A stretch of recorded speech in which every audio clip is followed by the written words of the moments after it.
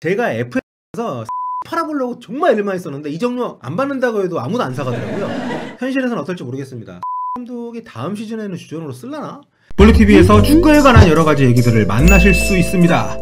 볼리TV 구독해주세요. 볼리TV 시청자 여러분과 함께하고 있는 프리미어리그 연봉 탑30. 자, 지금까지는 이제 30위부터 12위까지 알아봤는데요. 아직 더 많은 선수들이, 더 큰 돈을 버는 선수들이 남아 있습니다. 지금부터는 연봉이 1000만 파운드가 넘는 선수들인데요. 주급으로 치면 20만 파운드 이상, 그러니까 일주일에 3억 원을 넘게 기본급으로 받는 선수들입니다. 공동 8위에 오른 4명입니다. 지금부터는 연봉이 1000만 파운드가 넘는 선수들입니다. 주급으로 치면 20만 파운드 이상인 선수들인데요. 일주일에 3억 원 넘게 버는 선수들입니다. 공동 8위에 오른 4명입니다. 먼저 리버풀의 파라오 모하메드 살라인데요. 주급이 20만 파운드예요. 첼시 시절에는 별로 주목받지 못했던 선수죠. 하지만 이탈리아를 거치면서 골 포텐이 터졌습니다. 에이스 로마에서 2년 연속 두 자릿수 득점을 기록한 뒤에 지난 2017년 여름이죠. 리버풀에 와서 무려 32골을 터뜨리면서 득점왕에 올랐습니다. 그리고 지난 시즌에도 22골로 또다시 득점 1위를 지켰어요. 올해도 26경기 만에 16골을 넣으면서 1위 제이미 바디를 3골 차로 따라 붙고 있습니다. 살라의 연봉은 첫 번째 득점왕에 오른 직후인 2018년 여름 재계약 때 이제 크게 인상이 됐는데요. 그 뒤로는 아직 계약이 변경된 적이 없습니다. 2023년 여름에 계약이 만료가 되는데 아마 그 사이에 다시 한번 인상이 있지 않을까 좀 생각이 됩니다. 그나저나 지난 시즌 챔피언스리그 우승팀, 올 시즌 압도적인 기세로 리그 정상을 달리는 팀이 바로 리버풀인데 이 리버풀의 최고 연봉자가 프리미어리그 전체 연봉 8위라는 것은 좀 의외입니다. 참고로 이 뒤로는 맨유와 맨시티 선수들이 아주 줄지어서 나와요. 살라와 같은 연봉을 받는 선수들 중에는 토트넘 선수들도 2명이나 있습니다. 한 명은 바로 그 선수죠. 해리 케인입니다. 살라가 오기 전, 그러니까 2016년과 2017년 두 차례에 걸쳐서 프리미어리그 득점왕을 차지한 선수입니다. 20대 초반에 그야말로 엄청난 퍼포먼스를 펼쳤던 잉글랜드의 자랑이죠. 토트넘 유소 출신의 해리 케인, 현재 연봉은 생각보다 높지 않은 편인데요. 케인이 지금 조건으로 재계약을 맺은 게 거의 2년 전이에요. 2018년 여름에 무려 6년 계약을 맺었습니다. 케인 정도의 선수를 기본주급 20만 파운드에 6년이나 묶어두는 것은 토트넘이 참 잘한 거죠. 2024년 여름까지입니다. 아직도 3년이 넘게 남아있어요. 물론 그때까지 케인이 토트넘에 남아있을 것 같지는 않습니다. 최근에도 레알 마드리드나 맨체스터 유나이티드 여러 팀들이 케인을 원한다는 얘기들이 나오고 있는데요.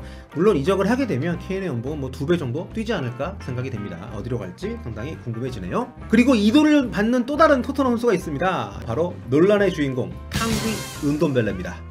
얼마 전 무리뉴 감독의 공개 저격으로 또 한 번 큰 이슈가 됐던 선수죠. 토트넘이 지난 여름에 900억 원이 넘는 이적료를 내고 프랑스 리옹에서 데리고 온 미드필더입니다. 올해 활약은 아직까지는 결코 성공이라 할 수 없는 수준이죠. 주급 20만 파운드, 연봉도 156억 원이에요. 손흥민보다 1.5배나 더 받습니다. 이해가 가십니까? 아무리 날아다녔다 하더라도 프랑스 리그인데 너무한 거 아닌가요? 심지어 해리 케인, 모하메드 살라하고 똑같다는 거. 토트넘 참 답답합니다. 아낄 때 안 아끼고 써야 될 때는 아끼는 이상한 팀이에요 진짜. 8위를 차지한 마지막 선수입니다. 맨유 유스팀 출신의 공격수 마커스 래시포드. 올해는 부상 때문에 벌써 2달째 모습을 보지 못하고 있습니다만 그야말로 역대급 시즌을 보내고 있었어요. 리그 22경기에 출전해서 14골, 유력한 득점왕 후보로까지 거론이 되고 있었는데 부상으로 쓰러지고 말았습니다. 스트라이커부터 윙어까지 두루두루 소화할 수 있는 래시포드입니다. 연봉 순위 20위 안에 든 선수 가운데 가장 나이가 어린 선수예요. 1997년 10월생이니까 아직 만 22살입니다. 와, 이 만 22살에 연봉이 1000만 파운드가 넘어 대단합니다. 래시포드의 현재 계약은 작년 여름에 리뉴얼이 됐는데요. 2023년 여름에 만료가 됩니다. 태어난 곳도 맨체스터인 맨유 성골 유스죠. 그런데 맨유가 참 연봉이 후하긴 후하네요. 어떻게 얘가 급여가 똑같은 거지? 다음은 프리미어리그 역대 최고의 공격수 중 한 명으로 꼽히는 아르헨티나의 세르히오 아구에로입니다. 더 설명이 필요 없는 선수죠. 30을 훌쩍 넘긴 올해도 벌써 16골을 기록하고 있습니다. 변함없는 득점 기계의 명성을 이어가고 있는 선수인데요. 지난 2011년입니다. 아틀레티코 마드리드에서 맨체스터 시티로 이적한 이래 프리미어리그 벌써 10시즌째 뛰고 있는데요. 그동안 261경기에 나와서 180골을 넣고 있습니다. 도움도 53개나 되고요. 컵대회까지 치면 맨시티에서만 368경기 출전 254골. 와, 그리고 도움도 72개나 됩니다. 어마어마하네요. 살아있는 레전드 아구에로의 맨시티 계약은 2년 전에 마지막으로 갱신이 됐는데요. 내년 여름에 만료가 될 예정입니다. 다음은 맨유 공격수인 앙토니 마시알입니다. 와, 6위야 얘가? 죄송합니다, 맨유 팬들한테. 이 맨유가 마시알 포함해서 앞으로 3명이 더 나오거든요. 참 연봉 계약이라는 게 참 여러모로 신기한 것 같아요. 교섭을 누가 하느냐, 뭐 나이가 몇이냐, 뭐 팀에 대체자가 있느냐 없느냐, 뭐 여러 가지 좀 어렵습니다. 물론 마시알은 대단히 뛰어난 선수예요. 하지만 뭐 아구에로 바로 다음에 나오는데 이게 참 아구에로보다 연봉이 100만 파운드가 더 많다는 거 좀 납득이 안 가는 거죠. 지난 2015년 여름 모나코에서 맨유로 건너왔습니다. 아직까지 한 시즌에 리그 11골 넘게 넣은 적은 없는 선수예요. 하지만 최전방부터 측면까지 두루 커버할 수 있는 다재다능한 공격수죠.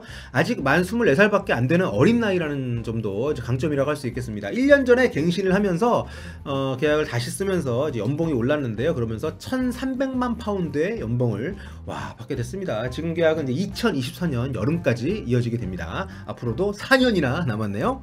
5위는 아스날의 플레이메이커죠. 메스트 웨즐입니다. 샬케 유스 출신으로 브레멘과 레알 마드리드를 거쳐서 지난 2013년 여름부터 아스날에서 뛰고 있습니다. 2018년 2월에 주급 26만 8천 파운드, 우리 돈 거의 4억 원의 재계약을 맺었습니다. 거액의 재계약을 맺은 뒤에 부진이 이어지는 바람에 비난을 많이 받기도 했었는데요. 2021년 여름에 계약이 만료가 되는데 그 전에 팀을 떠날 거라는 루머가 있었거든요. 하지만 본인이 부인을 했어요.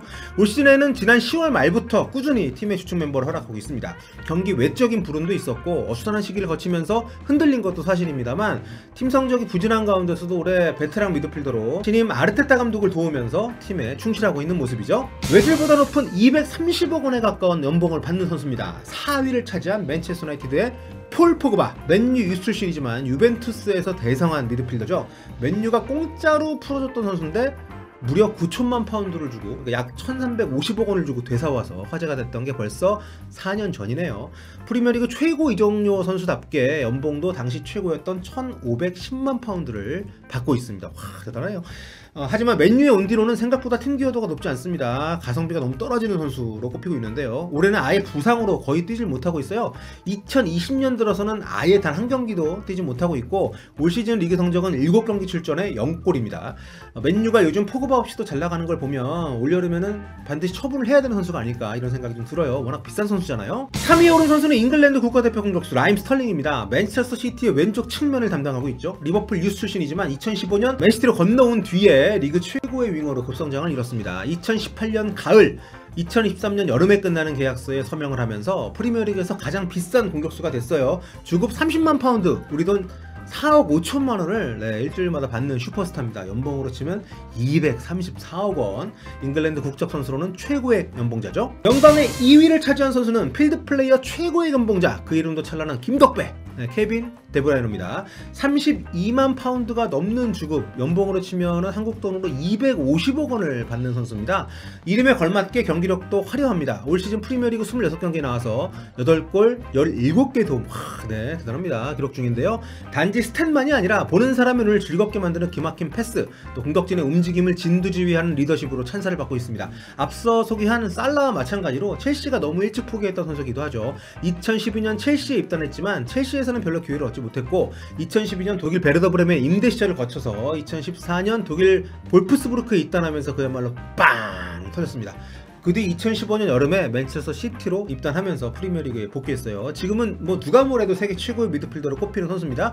2018년 1월에 재계약을 해서 2023년 여름까지 맨시티와 계약이 되어 있는데요.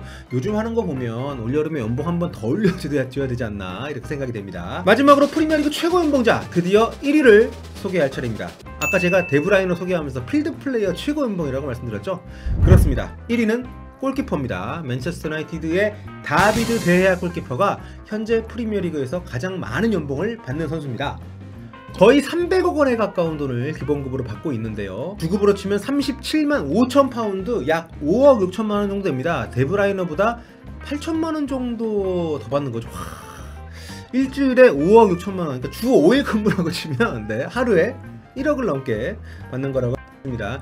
자, 올 시즌 전성기에 비해서는 상당히 좀 부진하다는 평가를 받고 있긴 합니다만 그래도 데헤아가 있기 때문에 맨유가 이만큼이라도 지난 힘들었던 시기를 버티지 않았나 생각이 드는데요. 데헤아가 최고 연봉을 받는 만큼의 활약을 앞으로 다시 회복해서 보여줄 수 있을 것인지 기대가 됩니다. 자, 여기서 끝이 아닙니다. 한 명이 더 있어요. 무슨 소리냐? 프리미어리그 연봉킹이 한 명 더 있다는 거죠. 지금은 프리미어리그를 잠시 떠나 있기 때문에 위 집계에서는 빠졌습니다만 프리미어리그 비공식 연봉킹이 따로 있습니다. 여전히 알렉시스 산체스, 우리의 거기 형이에요. 지금은 인터밀란으로 임대 가서 뛰고 있습니다. 여전히 맨유 선수예요. 기본 주급이 39만 파운드인데 대야보다 훨씬 높습니다. 게다가 산체스는 한 경기 출전 수당이 7만 5천 파운드니까 출전 수당만 손흥민 주급의 절반이 높습니다. 매년 100만 파운드의 연간 보너스도 포함이 되어 있는 계약이라고 해요. 만약에 맨유에서 꾸준히 산체스가 주전으로 계속 뛰었다면 주급이 거의 49만 파운드에 이르는 계약입니다. 손흥민 기본급의 3.5배, 미친 거 아닙니까? 오죽하면 맨유가 인터밀란으로 임대를 보내면서 매주 30만 파운드씩 보전을 해주기로 했어요. 그러니까 맨유에서 뛰지도 않는 선수한테 매주 4억 5천만 원씩 송금을 해주고 있는 거죠. 참 어떻게 보면 대야가 1위인데 1위가 아닌 뭐 그런 상황입니다. 2018년 1월에 아스날에서 데리고 오면서 맨유가 그야말로 호구 계약을 한 셈인데 아직도 이 계약이 2년이나 더 남았어요. 만료가 되려면. 제가 그래서 산체스 팔아보려고 정말 애를 많이 썼는데 이정료 안 받는다고 해도 아무도 안 사가더라고요. 현실에서는 어떨지 모르겠습니다. 솔샤르 감독이 다음 시즌에는 주전으로 쓸라나? 자, 사회적 격리 시대입니다. 축구 경기도 없어서 축구 팬들 참 무료하실 텐데요. 잠시라도 재미있으셨길 바라겠습니다. 볼리TV 오늘은 여기까지입니다. 다음 시간에 뵐게요. 안녕히 계세요.